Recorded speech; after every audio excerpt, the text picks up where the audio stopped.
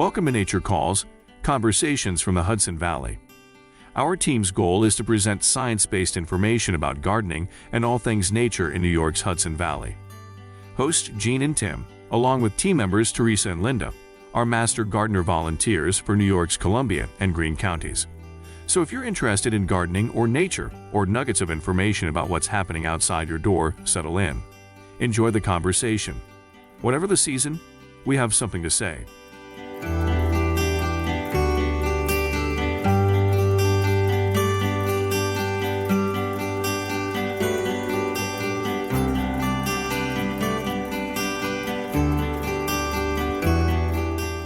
Hi, I'm Tim Kennelty. And I'm Jean Thomas. We're here today with Caleb White. Caleb is the owner of New Leaf Tree Service in Chatham, New York. We as Master Gardeners always receive tree questions, and so we're so excited to have Caleb here to talk about tree selection, planting, and maintenance. Welcome, Caleb. Hi, Jean. Hi, Tim. Thanks for having me. I'm thrilled to be here. We are really excited to have Caleb here, and Caleb's the owner of New Leaf Tree Service. Tell us about how you got involved with trees. Were you like a tree kid? Did you climb trees? Do you love trees? Or is it just a happenstance thing? Because I know there's a rumor that you have a history in recording. Yeah, I wouldn't say that I was always a tree kid per se. I spent a lot of time outside in my youth. Was big into athletics, so cross-country trails in the fall, and then a lot of indoor sports through college. I went to SUNY Purchase and studied studio composition there for 4 years. He's our new intern, I think. Mm-hmm. Mm-hmm. And also spent a lot of time working in the athletic department there. But really, my interest in trees developed after college, partly out of luck, partly out of just determination to use my hands and use carpentry skills, contracting skills, things like that. So ultimately, I had an opportunity to join a crew that was traveling to outside of Washington, D.C. to prepare a forest for an aerial adventure park. So if you're not familiar with those, it's, zip lines and platforms and trees and all these different types of courses for differing ability levels, things like that. And so that was my real introduction into forestry work and also risk assessment and evaluation of trees and an appreciation of trees. There's nothing like, learning how to climb in a forest of 200-foot tulip poplars and building platforms 80 feet high up in the air when you're hanging from a rope in a harness. It's pretty spectacular. So from there, I had a business partner, Peter Madsen, when we started the business. We were both from the Chatham area, so we settled back here and began New Leaf Tree Services as two guys working out of the back of a pickup truck. Have you been to Catamount? Yeah, we were involved with Catamount pretty early on. I wasn't part of the initial building, but we did tree maintenance there over the years. Peter and I, once we started the company, got hired to go through and prune almost every platform tree in that park, as well as did some upgrades at certain times. This was all back in like the 2010, 2012 timeframe back then. I got trapped in one of those. Did you? Yeah. Yeah. Fat ladies shouldn't be riding, things like that. Yeah, I took my family there one time and we had a great time, but it was an experience, just the difference between my father doing some zip lines and my nieces. And my niece loved it. My father, we tried to do some things. It was a little bit more challenging. So. And Catamount's right nearby, so it's a day trip. Yeah, totally. For any of us here. Jiminy Peak has a great one too. And there was one summer where I was working with a coworker of mine and we traveled around. We spent a month at Jiminy Peak doing maintenance there, and then we spent the rest of the summer up in New Hampshire. Met a couple of ski resorts up there, building parks up there. So you mentioned risk assessment, and that is a big part of tree services, right? It's about really thinking about, is the tree going to fall on someone, and safety and things like that. I think it's something that people don't really think about that much, right? Yeah, the ISA, International Society of Arboriculture, came out with a specific qualification for that. I think they introduced it 5 or 6 years ago. I went and did a 2-day course and did an exam with that to get that qualification. And it centers around being able to evaluate the potential for risk and then consequences that would come along with potential failure and being able to put that in a way that can be communicated to homeowners. And so that's a piece of your service, but tell us, just kind of backing way up, like tell us about your service. What do you provide besides trimming and cutting down trees? You also do planting and things like that, right? Yeah, we do we call it full service tree care. So removals are obviously a part of that. We specialize in those kind of higher risk, more challenging removals. We have a lot of really nimble equipment that can help us get into tight places and be really gentle with properties. So we really like these track lifts that they make. They look like spiders when they're deployed up on their 4-outriggers. I want one. They're pretty fantastic. You know, Peter and I started out climbing, and while climbing is still the basis for a lot of how tree work is done, working from a platform, especially one that allows you to be so nimble and gentle with the landscape, can provide the opportunity to reach things that you couldn't reach before. In our area with, the dead ash and elm and things like that, to not have to make those decisions to go into potentially dangerous situations is really important. So making the transition to that lift was just a big boost for our business. And since we went with the first one back in 2016, now we have 2 of these track lifts. So we have one that can go 100 feet up in the air and really get us into some great situations. So, removals are a core of what we do. We do a lot with pruning, ornamental pruning, primarily in the winter seasons, but also a little bit in the summer, depending on the need and intention as far as pruning goes. We do a lot with canopy reduction pruning. So along those lines of, going along with risk assessment, if there's a situation where there's a vulnerable junction in a tree or just a lot of weight over a structure, we'll go in and, in a very thoughtful way, work the outer edges of a canopy to lessen the load, lessen the length of branches, while still maintaining the character of the tree. And then, of course, also taking the dead limbs out is important too. Okay, we skipped a step. Gene needs definitions. You're an arborist. Yep. Define that. So the International Society of Arboriculture, about 30 years ago, I think it was in 1992, created a certification that they expanded to be worldwide. You have to meet certain criteria to be eligible to take the exam. You have to pass an exam to receive that certification. And then you do continuing education courses or classes. And you have to recertify every 3 years with a minimum number of credits. So it's establishing a bench line for knowledge every arborist should have, and then making sure that you're staying current with pests, diseases, practices, safety measures, things like that throughout the industry. So could we give you a tree ID quiz out in the winter in the woods, and you could ID all those trees from bark or limbs or whatever? Yeah, given proper context, I've gotten pretty good at that. In the beginning, there's so much to learn, but more and more every year you pick up these little kind of tips and notice certain things, and it's gotten to the point where you can be out walking with a client and go like, oh, that's a sugar maple. Oh, that's a silver maple. Oh, that's a red maple. And they're going, how do you know that? And it's like, well, I just kind of know based on the structure or the way the buds look. Of course, the beauty is they don't know if you know. Well, occasionally you have that client like Tim where you got to really be on your game. Not in the winter. It's hard in the winter. But you said something about the canopy, which I thought was really interesting. And I guess my question for you is, how would I even know as a homeowner if there was a canopy issue with my tree? Like when you get a call from someone, what is it usually about? Is it about my trees dying, or I think it's going to fall on the house, or like what's the most common thing you get from clients? Yeah, the most common thing we get is either people are usually reactionary. So they usually either have a storm event or something fails or a branch falls, and they kind of take a look around and they realize that they haven't really thought about this element of their property before, and they're just looking for an assessment or a trained eye to have a look around and see what can be done. What we really love is when we get like a new homeowner or someone who's new to the area and doesn't really know the trees or the property very well. We love these 45-minute walkarounds where we can walk and talk, answer questions, point things out, identify potential issues.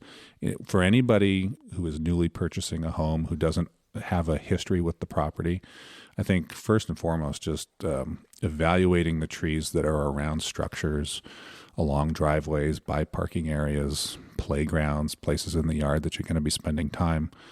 I think it's good to have a benchmark to start from, even if there's no work that has to be done, just so that you can have that good start going forward to work with. And you're willing to go out and talk to a client even if the end result is right now you're not going to do trimming, but maybe somewhere in the future you are, but you're going to have that conversation with them about absolutely. trees. Yeah, we charge for initial consultations with new clients, and so there's a couple different choices on our website for the amount of time that you can book, and I'm very forthcoming with, opinions on what should or shouldn't be done. When it comes to risk assessment, as part of the training, you're really guided to not tell someone what to do. And that's something that I try very hard to do. Of course, inevitably people say, well, what would you do if this were your tree? And so, if it's a white pine next to your house, I usually offer an opinion and tends to move towards removal. But it is really important for people to have. You can't even say the facts because we're talking about nature here. You can't predict everything. But what we can do is we can evaluate a tree. We can look for a cavity. We can see if there's dead limbs. We can work from experience and say, yeah, we've seen things like this fail in the past. This is something that I would really strongly consider dealing with. Or, we see things like this all the time. Primarily, these things stay standing. Of course, in a big storm, all bets are off, but I really don't think you need to act on something like this, or maybe this is priority number 3 on a list. Yeah, I have to say, I think that's what I liked the most when you came out to my property and you basically said, this can be, held off for a year or two, or it wasn't like let's cut everything down or let's prune everything. It was really, it's consultative, right? It's really about what you might plan for the next couple of years, even on your years, property. decades, everything. I mean, that's been our whole approach right from the start. Has been, we don't need to make the quick buck now. We're about building relationships, getting to know people's land, people's trees. Just like you guys, we love trees. We don't take satisfaction in taking them down. We like that we do it well, but we much prefer to try to save a tree through pruning or through other practices if possible. So, Okay, I'm one of those new homeowners, and I've just wandered in and I'm looking at some of these trees and they look like they got like too many branches, and I'm kind of worried about that. So I call you up and you tell me if I need to remove it or prune it, or can I ask you for an opinion and get a hypothetical answer? I mean, it all becomes really fluid and conversational on the site. Our typical walkarounds are 45 minutes, and usually there's 4 or 5 trees around a house of varying species, and we'll talk about branch structure, trunk structure. We'll look for codominant stems, where you have multiple stems emanating from a single trunk. We'll look for potential problem areas like included bark or branch ratios that are over a half to 1, meaning the smaller the size of the branch coming off the main trunk, typically the better the branch connection. So we'll look for things like that. We'll look for cavities. We'll look for mushrooms. We'll look for bird activity within the trees. And we'll look at the species that are around too. And we'll make conversationally judgments about those trees and kind of work on a plan going forward. It's also about me getting to know what my client's relationship is with their property. We have certain people who say, I don't care what the hazard is. I love this tree. I'm not cutting it down. And it's important for me to get to know that about these people so that I don't just say, let's cut this tree down. I'm happy working within those confines as long as everyone is on the same page about what the potential hazards could be. And once we've established this tree's not going anywhere, then we can look at what we can do to work with the tree within that construct. Is the same true when people are thinking about planting trees? Because you plant trees too, right? I mean, so is it a similar process? Somebody calls you and says, I want to plant a tree in this area. I want it to be a shade tree. I mean, is it the same consultative in terms of what species you're going to suggest? It can be. Yeah, I think it's about 50-50 when we get requests for planting trees. 50% of the time people know, I want evergreens and I want a hedge, or I need to screen this, or we just lost this sugar maple and now we want to plant 1 or 2 or 3 to replace it. But ultimately, we are getting to know what our clients' interests are. How they use the property is really important. what vantage points they're going to be observing these things, long-term goals in terms of access. Are you seeing trends in terms of what people want to plant or what they want to do on their properties? Is there an it tree these days, or, it trees? I would say the trend that we've seen, especially with this influx of people moving into the area, is with screening. And screening is a really difficult thing to plant for. A lot of the trees that people typically want to see used as screens are evergreen because they want that year-long screening. And almost all of the evergreens that we naturally have growing in our area, the native trees, don't like to be planted closely together. And there are also pests, specifically with spruce and hemlock, that are affecting those trees. So we are trending away from those species. White pine is a great choice for an evergreen, but it's not typically something you would see in a screen planting or in a hedge. So dealing with the challenges, working with our clients, maybe discussing, some type of artistic fence or wooden structure, not as a blockade, but as something that can add some seasonal interruption of the eye, can really open up the planting palette to include deciduous, ornamental flowering trees, shrubs, along with a couple of selectively placed trees. So we really try to get into the minute details of why the screen is needed, what we're trying to screen, when does it have to be effective, and can we be a little bit more creative with what we're planting. And do you install the fence too? Is that something you do as part of your service? Typically, no, but on the landscape front, we do see that, both with deer, but also with screening, adding that to what we offer is certainly something that we're looking to add this season. Oh, we got to talk. And I assume people ask for deer-resistant species too, since the concentration of deer in Columbia County is so high. Yeah, deer are a real problem with plantings. Deer-resistant.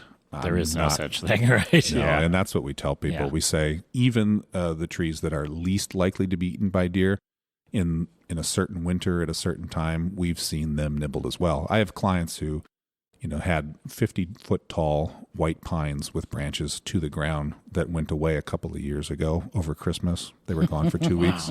They came back and the bottom 4 feet were eaten off these trees, and they were white pines. Screens. Yeah, white pines that were very mature, had never been touched before.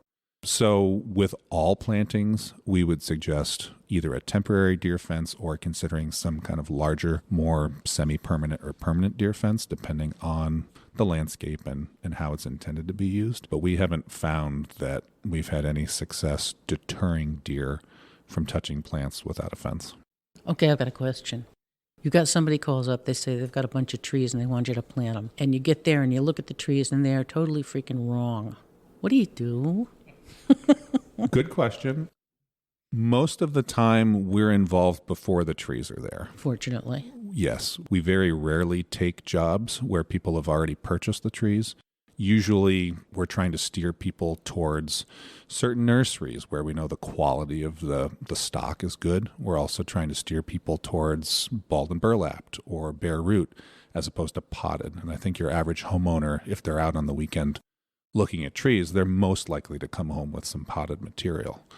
So if we get those calls, it's not that we won't engage with those clients, but we would much prefer to be engaged from the start, assist with the selection of trees, and then we handle everything. We have our list to go search the local nurseries to see what is available. We put together those proposals. If our clients want to move forward with it, we reserve that material. We pick it up. We deliver it. We do everything. Well, wait a minute. You just said something about potted, though. Like, why are you hesitant to plant potted trees? Because the roots are not developed well or something like that? They get twined around each other? Or what's the story with potted? Exactly. Yeah. We've seen that most potted nursery stocks, specifically the plastic pots that you would commonly find at most of your local nurseries, most of those plants, whether they be trees or shrubs or even herbaceous plants, are root bound. Usually they've been left in the pots too long, and those roots have hit the edges of the pot and started to circle around. Long term, that causes a big problem with the establishment of trees in their new landscape that they're installed in. They just do not establish at the same rate with the same vigor. And long term, you will have or potentially could have issues with girdling roots that can then reflect damage in the canopy. I think I've been doing it wrong all along, Gene. I've got girdling That explains roots. a lot. Yeah, Girdling is going roots. on. I do, yeah. No, but that's really interesting because there's so many nurseries. I mean, most of their stock is in plastic pots, right? Many of them, yeah. We're actually running an experiment right now. We have about 2,000 native trees and shrubs that we have planted in these fabric root pouches above ground, and they're healed in with wood chips this winter. Now, it's a bit of an experiment. We'll see what the survival is like. Obviously, it'll depend a little bit on the winter. But the idea with these root pouches, and that's the name of the product, they're called root pouches, is that they prune the roots of these plants when they hit the edge of the pot through what's called entrapment pruning, which doesn't kill off that stem. It just makes it dormant, essentially, and sends a message back through that stem to send out another root. So you end up with a very fibrous root system that is outgrowing, that does not hit the edge of the pot and circle around, which, when planted, should leave a specimen that will transplant and establish much quicker and with much more vigor. Is it a chemical reaction? No. It's the fabric it's more itself. of a physical reaction. Oh, that's Yeah, neat. I mean, it's similar to the concept with air pruning, which is a common nursery pot, or, you can do air prune beds when you're growing out like hickories or other heavily tap-rooted trees. Is this biodegradable material, or is it something you take out of the pouch? Yeah, unfortunately, it's not biodegradable. You have to cut the pouch off when you plant it. The pouches are made out of, I think it's 25 or 50% recycled material. But yeah, no, that we looked into biodegradable pots and pouches, things like that. But you get much less grow time in those bags. And fundamentally, I would be concerned about planting something in the ground that relies on that product degrading before the roots have free rein to enter their new soil. I think any inhibition to newly planted roots establishing as quickly as possible can slow the establishment of the tree. I mean, B&B can do that too, the ball and burlap. Yeah, I've seen. Honestly, there is still a lot of debate. I know of a lot of companies and people who do still sometimes leave the burlap on or leave the cages on, and there are usually varying explanations for that. And I know that there have been studies done that include pull tests and other tests that establish whether or not a tree has survived or done well in its new environment. Fundamentally, it just doesn't make sense why you would leave the burlap on. The roots get constrained behind that burlap. They cannot get out into their new soil. And if you think about what you're doing when you're taking a balled and burlapped tree, say your average white pine we might plant is like 10 feet tall, and that's a trunk diameter that can be 5 or 6 inches, at the base. The root ball of that is 3 to 4 feet across. Well, in the field where that was grown, the root system was expanding out from the trunk at least as far as the tree was tall, and you have severely diminished that root ball in its transport. And so that's a lot of water that has to be constantly added to those roots to keep that tree alive. So your primary goal when you plant it is to get those roots to establish and start to expand exponentially as quickly as possible, so that it can become more resilient and not be as reliant on additional water as quickly as possible. Okay, that brings the next question. You've brought the plants, you've planted them, they're all beautiful, you've got all the mulch down and everything. What is the homeowner's responsibility? You're going to have to water that baby for a while. Is that part of your service, that you have a maintenance thing set up, or is it an available thing? Or do you trust the homeowner to get their butt out there and water the plants? It works all sorts of ways. It is a service that we offer. First off, fundamentally, I don't guarantee the trees that we plant. And that, again, differs to some things that other people do. You can go to some of the bigger box stores and they'll guarantee the plant, which, at a base level to me just doesn't make any sense. And for a local person who does installations, if you plant to a high level of quality and you have good attention to detail in terms of the selection of the plant, and if you're buying it from a reputable nursery, survival of the plant at a certain point just comes down to whether they get enough water and, to a certain extent, luck. There is an expectation that you're going to lose about 10% of transplanted material. It could be a little higher, could be lower. But, if we did a planting that had 10 to 20 trees, and if we only lost one tree out of those 20, I'd be pretty thrilled by that. But to backtrack to your question, is it the homeowner's responsibility? We give detailed instructions as to how much water trees should get. That first month is the most critical, and depending on the season, depending on the temperature, and depending on the rainfall that we're naturally getting, you might need to be watering as much as daily for that first month. Like last summer.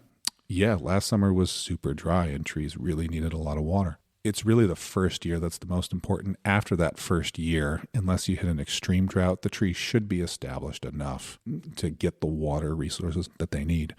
The other thing I'll say is there's this product that we've started using more and more called the tree diaper. Tim, I don't know, Gene, if you're... I don't think we talked about tree I don't know if you're diapers familiar when with you those. came by. I'm familiar No. with them, but I don't talk about it. They're fantastic. They, you soak them to essentially fill these pouches with water. You would lay them down underneath the mulch. The water is then slowly released over time. And whenever you have a water event, whether it's rain or in the spring, it could be melting snow, it could be runoff, that water will get reabsorbed. The excess will get reabsorbed and then slowly released. And we've had great success. We've seen higher levels of success in transplanting with these products that have been used. And it also helps to suppress weeds around the base of the trees too. So it is really like a diaper, right? You want a diaper now, don't you, Gene? You right? You're looking very excited. There's a large silence right there. So I have a question though. From what you were just, we've had such unusual weather, and a lot of it because of climate change. Really, heavy rains and then drought, and so are you recommending different species of trees because of the way the weather has been, the climate has been, and are you moving more towards natives, or how does that work in terms of your kind of seeing what's happening with climate change? Well, first off, we really are intently focused on planting native species. We actually will refuse jobs or pass on jobs at this point that don't involve those. But we will also work with potential clients if they have a certain tree in mind that isn't native, like a Japanese maple or a Corkscrew willow. Or a Bradford pear. Bradford pear. Ah. Oh my goodness. They'll get there Just on cut their it own. down. Just cut it down. So we'll work with them to offer native options that will better benefit our insects and our ecology. When it comes to climate change, I think we do have an eye towards the future in terms of what we would anticipate will do better. The biggest differences, like I said earlier, are we're really not planting many spruce anymore. They don't seem to be tolerating this environment in the winter that doesn't include as much cold weather. I think there's a belief that fungal and insect issues are not being controlled by weather as much as maybe they previously had been. So we're really moving away from those. And in terms of deciduous, I think we're anticipating that the oaks and the hickories and, even things like black gum are going to start to kind of become more prominent and could. I mean, do better. sugar maples, I've been hearing, are not doing as well because they like it colder as we get warmer, and certainly something like a larch, I would assume you wouldn't consider planting because it's getting warmer in the winters and the summers. Yeah, we with the sugar maples, again, an interesting debate.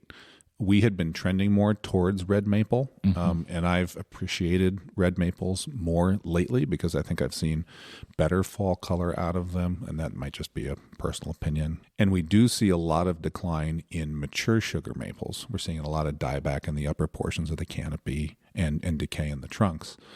I think at this point it's preemptive to say don't plant sugar maple because, my hope is that they will adapt. But if people are interested in looking towards a different maple variety, I think red maple is a great choice, and it is native. We use a lot of red maples because we're often looking for trees that'll do better in a little bit wetter of an environment, and they're a great option in those types of situations. And they're native all down the East Coast, so Yep. it's kind of, that if the warm weather is coming, they're probably still going to thrive here. Exactly. The only difference that we view between them, well, not the only difference, one of the main differences between them and sugar maples is we try to keep the red maples a little bit further away from structures because they do tend to lose branches a little bit more often. The quality of the wood is different than the strength in a sugar maple. Tell me you don't put in silver maples. No, we don't plant silver maples. Well, We take a lot of silver maples down. I'll bet they're and terrible I know, brittle. I know Caleb is planting Norway maples all the time. Oh, right? yeah, right next to the silver. That's the first thing I took him to at my house. Please cut these down. I was considering a bounty program on Norway Oh, maples. I like that. I like There's that. a thought. Yeah. Yeah, a discount for every third one's free. Yeah. That could Or be- we'll get you a free replacement if we can take your Norway down. yeah. Or you could get like grants from the EMTs in the neighborhood, so the trees don't fall on people. Yeah. You two could just keep brainstorming forever on this, right? Oh yeah. So I us into understand disasters. Your business is expanding. You're doing meadows and you're doing soil management. Tell us about those services as well as tree service. Last year, I started New Leaf Ecological Landscapes. I've really been inspired, dating back to about 5 years ago, by what's going on in regenerative agriculture. These books like The Soil Will Save Us and Dirt to Soil by Gabe Brown. They really got me going in this kind of concept of what's alive in the soil, what turns dirt into soil, what makes it alive. And then how does that connect and relate to trees?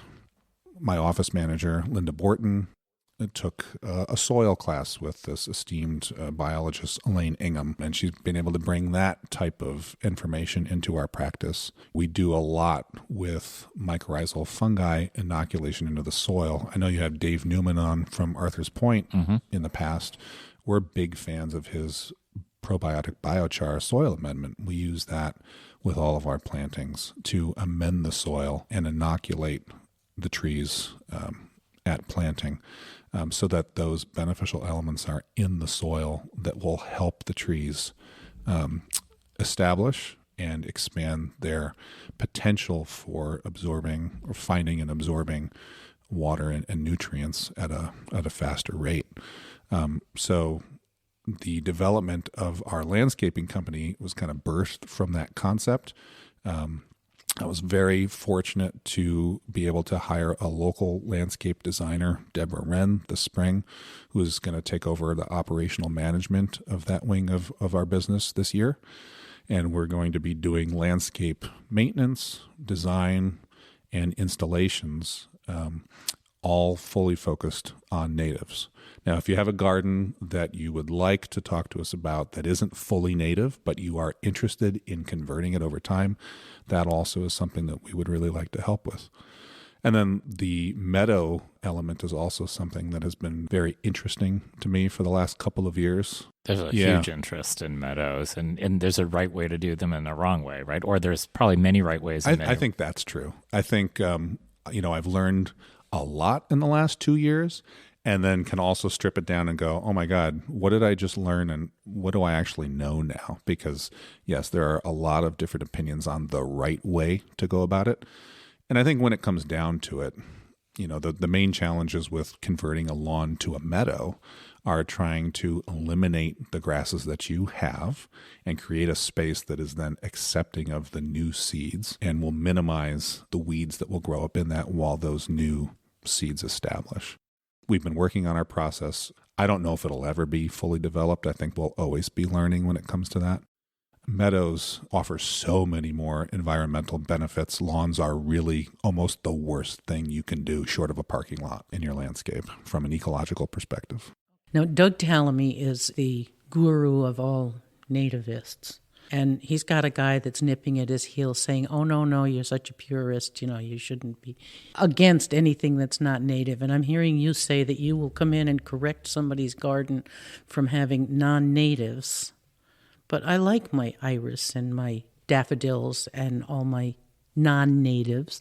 Why can't they coexist? Why can't they just get along? Yeah, I think they can. I think at the core of what Doug Tallamy is teaching is this concept that our native insect populations drive our entire ecology here. Without them in full force and in good quantity of numbers, you can't really overstate it. I mean, it's not just the birds or the plants that need bees to pollinate them. It's that everything above them in that chain cannot survive if they are not there. And our native insects have not adapted to eat the non-native plant material, because that evolution can take hundreds of years. So when we talk about Norway maples as an example of a non-native that I said that we should put a bounty on, it's because, if you look at them in the summer, nothing's eating them. And I think that can be a foreign concept. And I really enjoy educating my customers on this. I think most people would look at an oak tree and see some holes in it and think, oh my God, what's wrong with my oak? But the reality is that oaks support the most caterpillars of any species of plant by far, and are the most valuable in our landscape for that reason, whereas Norway maples just don't. Not only that, but they also shade everything out underneath them. So the short answer is, of course they can coexist. There can be spaces for both. I think really staying away from the more invasive of the non-natives is what's most important. Those Bradford pears, the Norway maples, things that will take over an area, the multiflora rose, bittersweet, trying to control those things. Burning bush. Yeah, and that's a really tough one, because yeah. I have a lot of clients who love their burning bush. But at the same time, if you walk in the forest around some, they're everywhere. Even if you didn't plant them, if your neighbor planted them, they're there. Yeah. Japanese barberry. Yeah. I mean, it takes off through these forests. So I'm going to break into this rogues gallery here for a minute. And Tim's going to hear something from me that he's never heard. Uh-oh. Yeah. Perennials, ornamentals, small-scale stuff is okay in moderation. I said that out loud, moderation.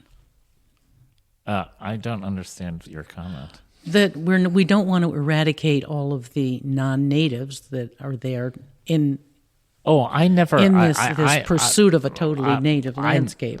I'm never someone who says get rid of all your non-natives, because some things are really attractive, and as long as they're neutral and they don't spread or go into the woods or anything like that. I have irises in my flower beds. I have peonies in my flower beds. I even have a ginkgo tree, which I think is fine because it's not invasive. It just doesn't do anything. They're just ornamental. As long as people understand they're ornamental and they don't really have that much benefit to wildlife, it's all about opportunity costs, really. If you plant a ginkgo, you can't plant an oak.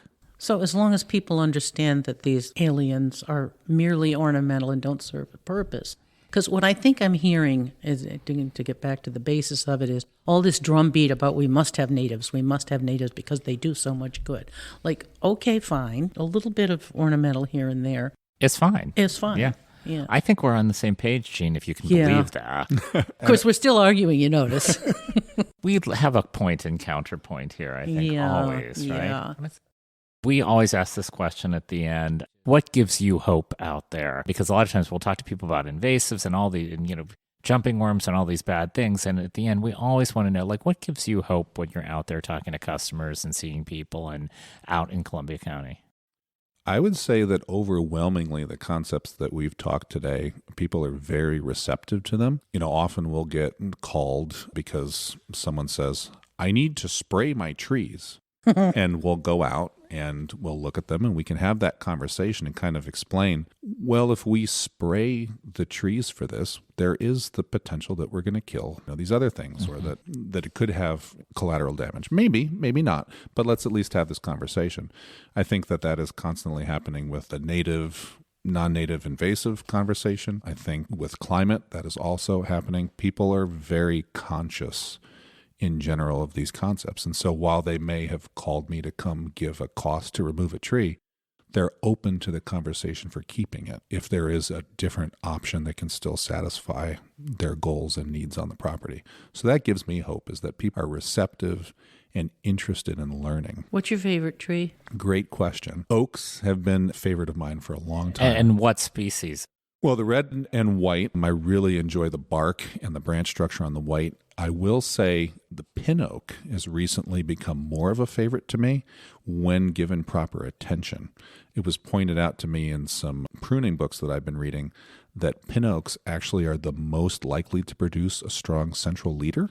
What has always bothered me about pin oaks is the cluttered mess that is usually present in the lower half to third of the canopy. So what I mean when I say with proper attention, with some pruning, those can be cleaned up and can have some really beautiful structure. And then lately, sugar maple's been a favorite just because I always like to make maple syrup with my kids and all that. But, the American linden, basswood, And then the eastern redbud. Lately, I've just been all about the redbud. It's just been so beautiful driving around the county and in the early spring and seeing that color. The native. Good pollinator course. plant, Yes. too. Yeah. I like the native better than a lot of the hybrids. Yeah. They've gone nutty Yeah. with the hybrids. Yeah. And I mean, American linden too, the basswood, just the scent that comes off of that right around the 4th of July is. And they sing in the spring. Yeah. They're so full All of right, I'm bees. going to buy it. I don't have one. I'm going to buy Get a one. basswood. You're going to Yeah. love it.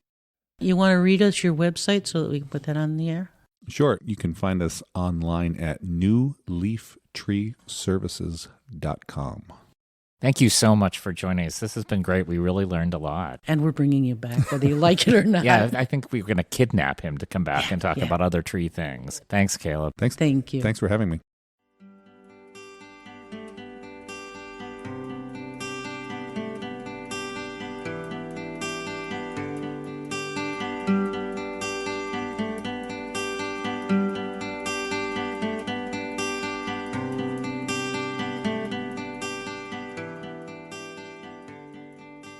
That concludes another episode of Nature Calls, Conversations from the Hudson Valley.